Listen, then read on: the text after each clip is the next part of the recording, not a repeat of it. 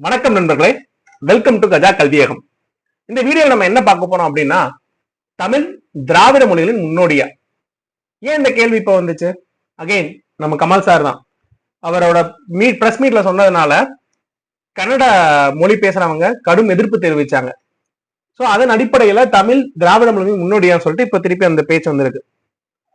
உண்மைதான், நம் தமிழன்னை என்றும் அழகு. என் தாய் அழகானவள் என்பதற்காக பிறர் தாயை பழிக்க கூடாது.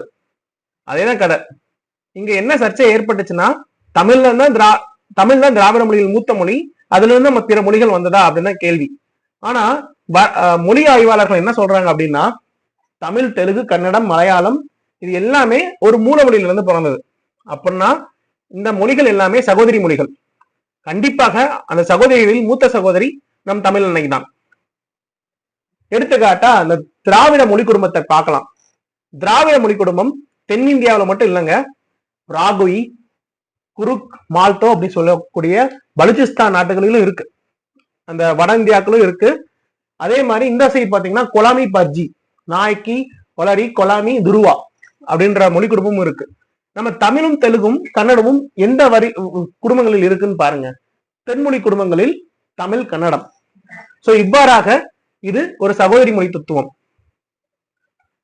அகைன் தமிழ் மொழி அனைத்து திராவிட மொழியின் முன்னோடி. இந்த புரிதலுக்கு ஒரு நமக்கு பூரணமான நிரூபணம் இல்லை.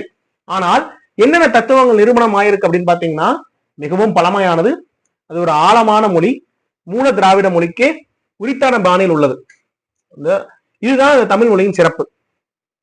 இந்த தமிழ் மொழி ஸ்கிரிப்ட பாத்தீங்கன்னா, இது இன்னைக்கும் நேற்றும் ஒரே போல இருந்தது இல்லை.